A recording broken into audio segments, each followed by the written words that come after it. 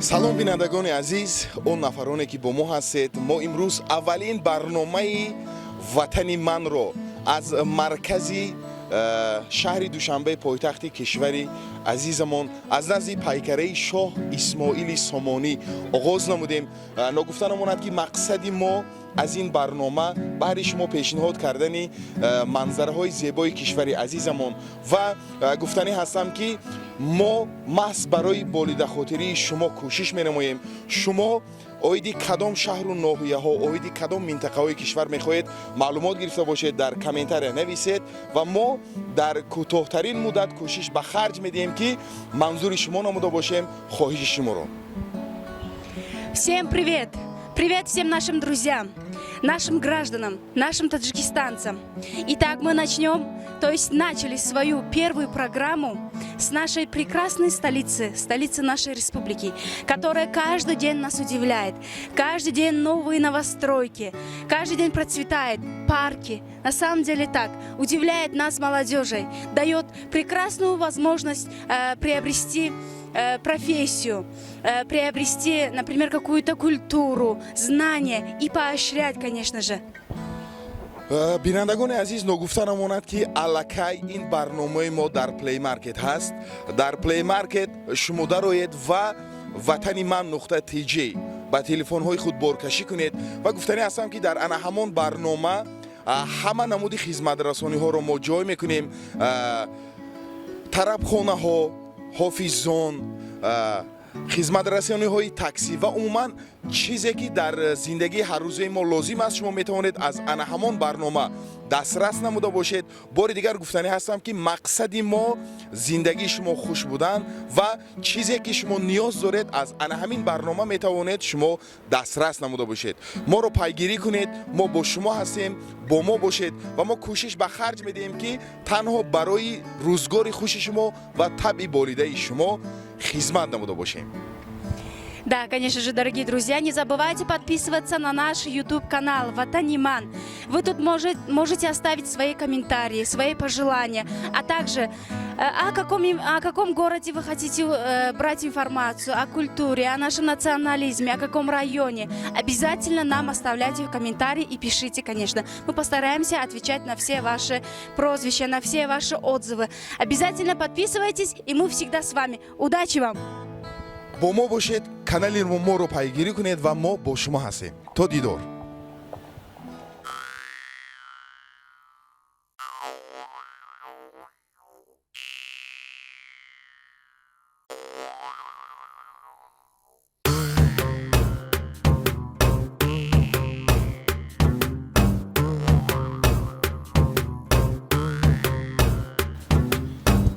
бинандагони азиз, мо имрӯз тасмим гирифтем ки барномаи худро номгузорӣ намуда бошем ва интихоб намудем номи барномаи мо сайри ватан. моро пайгирӣ кунед.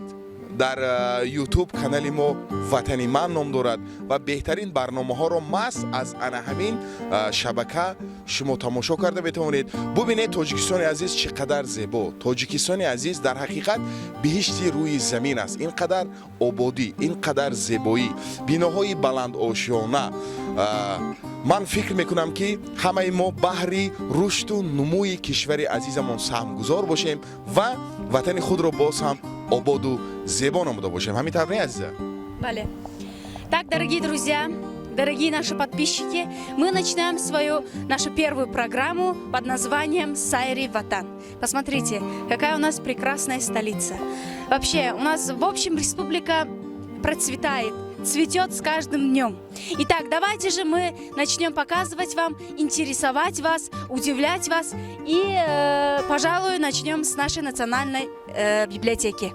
Пошли!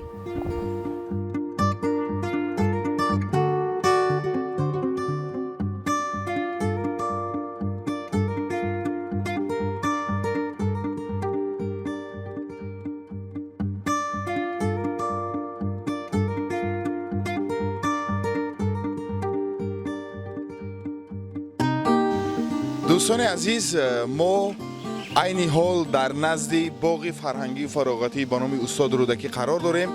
якҷоя вориди боғ мегардем ва боз каме маълумоти бештар баҳри шумо пешниҳод мекунем. рафтем.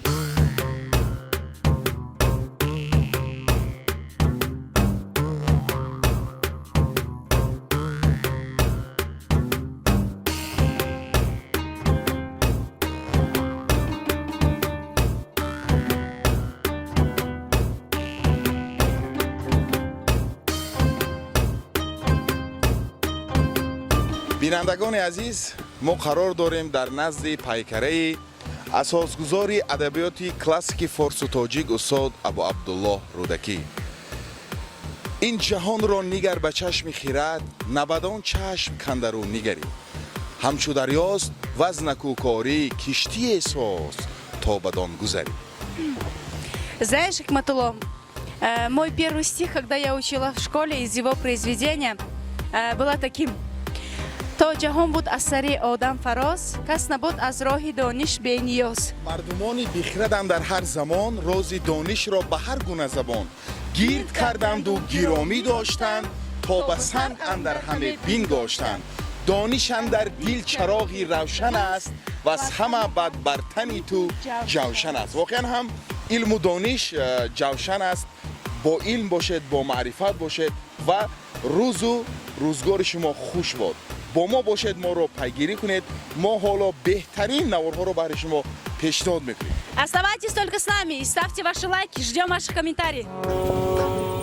Вау! Там утки, лебеди, да, утки, что там? Фонтан. А вот этот вот флаг, который вошел в рекорд Гиннеса, высота составляет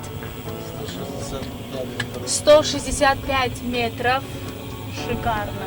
Вот такие ценности у нас в Таджикистане. Приходите, любуйтесь, смотрите. Прекрасно. парчами давлати ҷумҳурии Тоҷикистон. беҳтарин. Вау. зӯрак истироҳати хуб.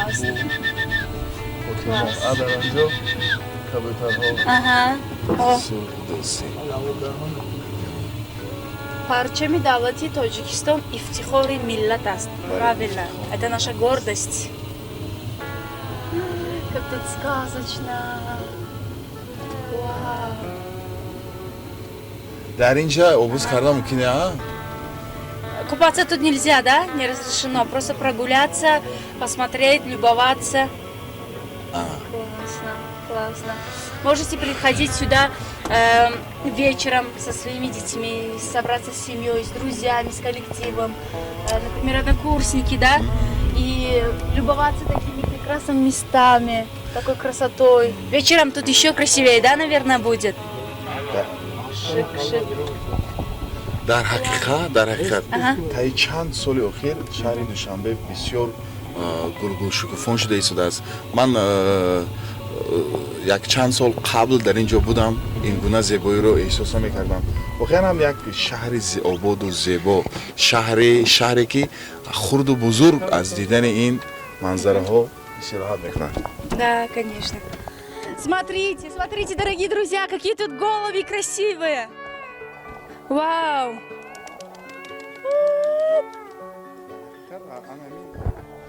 кабутар рамзи сулҳу дӯстист. мо ҳам агар кош қанот медоштем, парвоз мекардем, мерафтем помир, тамом минтақаҳои Тоҷикистонро парвоз карда баҳри бинандагон пешниҳод мекардем. паррандагони хушбахт, кабутарони зебо.